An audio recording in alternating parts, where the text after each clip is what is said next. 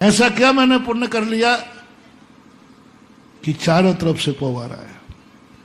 जिस दिन तुम पुण्य से ऊब जाओ, समझ लेना तुम मुनि बनने लायक हो, महावृत्ति बनने लायक हो, तुम्हारा केवल ज्ञान भी प्राप्त होने के लिए पुण्य से ऊब जाए। और जिस बात को मैंने प्रवचन के प्रारंभ में कहा था, आज एक फिर विषाद का दिन आ गया। अभी एक कोई मैंने नियत अनियत को थोड़ा विषय साइड में चला गया।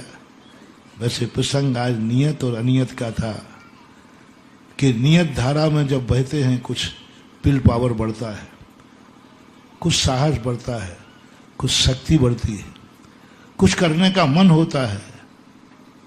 लेकिन जब प्रकृति की अनियत धारा देखता हूं तो उत्साह ठंडा हो जाता है, कुछ करने का मन नहीं होता,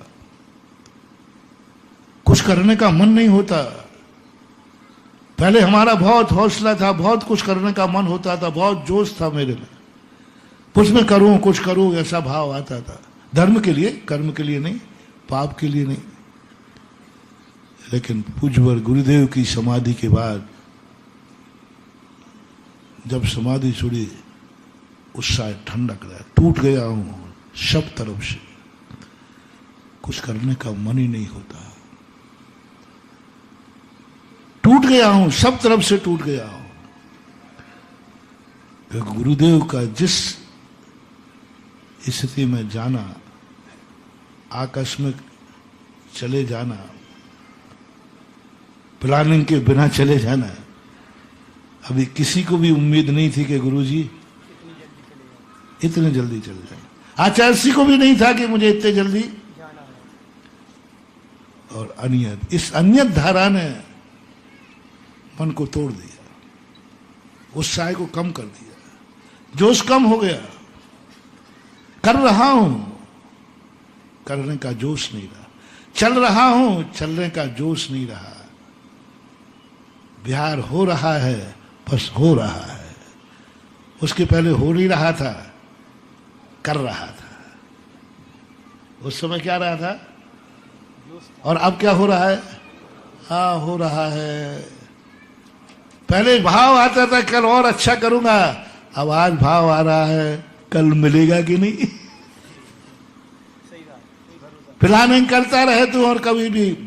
और आज 2 दिन की घटना हमारे ये एक, पता नहीं ये साल मीन राशि वालों को कैसी है।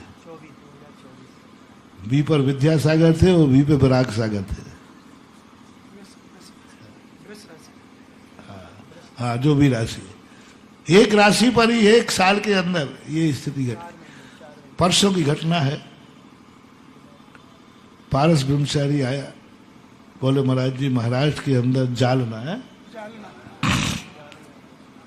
विराग सागर महाराज ने, उनको अटैक आया है और उन्होंने आपको याद किया है कि कोई मुझे सुधा सागर महाराज से चर्चा करा दे। मैंने तो भाई मेरे से चर्चा का कोई औचित्य नहीं समझ में आया। फिर दोबारा मैंने कहा ठीक, बिहार कर रहा था, मैंने कहा चलो बैठते। उन्होंने कहा नहीं, उनका फिर समाचार आया कि सुधा सागर महाराज से मुझे चर्चा करा दो। शाम को पहुंचने के बाद मैंने कहा भाई जब 3 बार वो कह चुके हैं तो अभी मुझे पता नहीं था क्या बात है, क्या करना है। बस अटैक आया, बस चर्चा की, हमने थोड़ा संबोधन किया और अटैक की स्थिति में, और ये भी भावना थी, मैंने कि आप घबराना नहीं, सुबह ठीक हो जाओगे। और वो सुबह ठीक हो गए। हमने शांति धारा कराई अभी चना टोरिया के अंदर, शांति धारा कराई। मैंने 2 बार उनका नाम लिया, आचार्य विराग सागर आरोग्यार्थम कहा मैंने। और वहां से समाचार आया कि महाराज ठीक हो गए हैं और आहार भी ठीक हुआ। थोड़ा अच्छा लगा। और उनकी ये चर्चा के बाद कल आज सुबह रात्रि के अंदर सुबह उठते ही समाचार मिला कि दिन में तो ठीक हो गए थे, रात में फिर हालत बिगड़ी, और अब ऐसी बिगड़ी कि कहीं ये फिर से कहीं समाचार ना भेज दे मैं। तो यमराज ने कहा कि अब ऐसे समय पर तुम्हें ले जाऊंगा जब ना तुम समाचार भेज पाओगे, ना वो भेज पाएगा, ना तुम शांति धारा सुन पाओगे, ना वो शांति धारा कर पाएगा। ठीक 2:30 पर आचार्य महाराज विद्यासागर जी महाराज जी का, गुरुदेव का भी 2:35 पर हुआ था, और इनका हुआ कब? 2:30 पर। 2:30 पर। कोई ज्यादा उम्र नहीं थी, हमसे भी छोटे थे। 68, हाँ 63 का जन्म था संभवतः, 63 का जन्म था। अब लगा लो कितने था, 61 के लगभग हुए, 63 का जन्म था। हाँ, तो 61 साल की उम्र में आकाश में बिल्कुल बड़े चंगे चले गए। उन्होंने भी बहुत अच्छी, कुछ परिस्थितियां बीच में आए, कुछ अपवाद बीच में आए, लेकिन फिर भी संघ की उन्होंने जो व्यवस्था बनाई, उनके आकस्मिक जाने के बाद भी उनका संघ अनाथ नहीं हुआ, क्योंकि वो इतनी अच्छी पहले से ही व्यवस्था बनाते गए, ग्रुप बनाते गए, अधिकार देते गए, और आज सब उनका संघ बटा हुआ है, और एक व्यवस्थित ढंग से उन्होंने बांट दिया था। और उनको शायद ऐसा महसूस हो कि हम छोटी उम्र में ही चले जाएंगे, इसलिए उन्होंने अपने संघ को एक व्यवस्थित ढंग से बांट करके, यानी उनके चले तो गए लेकिन वो संघ अनाथ नहीं हुआ। उनके संघ को गम तो होगा, और कोई भी एक प्रभावक शक्ति, प्रभावक भी थे, उनका पुण्य भी प्रभावक था। उसी परिणाम स्वरूप उन्होंने प्रभावना भी की, और एक श्रमण संस्कृति की बहुत बड़ी कतार उनके निमित्त से समाज को मिली और तैयार है। एक बहुत बड़ा साधु समूह, ये प्रभावना का काम है, पुण्य से ही होता है, और उनकी पुण्य से, उनकी कुशलता से एक अपने संघ को व्यवस्थित करके और एक व्यवस्था दे करके वो आकस्मिक चले गए।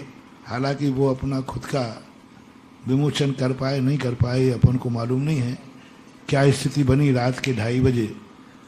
अभी तो व्हाट्सएप से सुना।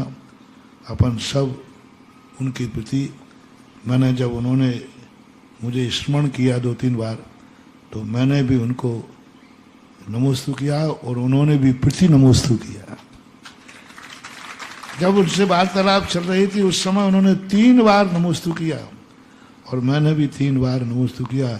नमोस्तु प्रति नमोस्तु होने के बाद मैंने यही कहा, कल सुबह अपन फिर चर्चा करेंगे। हमारा बिहार चलते हुए वह स्थिति में उन्होंने कहा कि अभी स्थिति में रेस्ट कर रहे, हमने करना दो, अभी कुछ मत बोलो। और आज ऐसा गमगीन अनियति रूप से आया कि इस सब अनियतों को देखकर, जो मैं प्रवचन के प्रारंभ में भूमिका बना रहा था, इस अनियत को देख करके उत्साह ठंडा हो जाता है। कल शाम को अच्छा व्यक्ति बैठा है और सुबह पता चला कि कर वार्तालाप, क्या नियत है इस प्रकृति की, क्या अनियत। इस अनियत ने तो हर व्यक्ति के लिए उत्साह को खत्म कर दिया।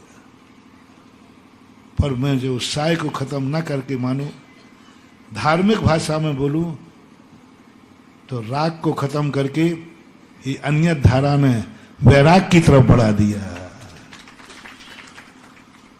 अनियत धारा यदि नहीं होती तो शायद वैराग नहीं होता, क्योंकि वैराग नियत धारा से नहीं जागता है, वैराग अनियत धारा। वैराग नित्य भावना से नहीं जागता, वैराग अनित्य भावना से जागता है। इन घटनाओं को सुनकर के एक वैराग में वृद्धि होती है, मूर्छा में कमी आती है, कल्पनाओं में कमी आती है। करिष्यामि करिष्यामि ये भाव आता है, मैं ये करूंगा, उनमें विराम लगता है, मन की इच्छाएं खत्म होती हैं। सबसे बड़ी चीज ऐसी घटनाओं से अपनी इच्छाओं को विराम मिलता है। इच्छाएं सीमित, क्या इच्छाएं करना, क्या विचार करना। थोड़ा बहुत कभी भाव जाग रहा हो तो ऐसी घटनाएं घट जाती समय समय पर। जगत का ये स्वभाव हुआ संवेग वैराग्यार्थम। आज इस घटना से संवेग और वैराग्य की पर्याय उत्पन्न होती है।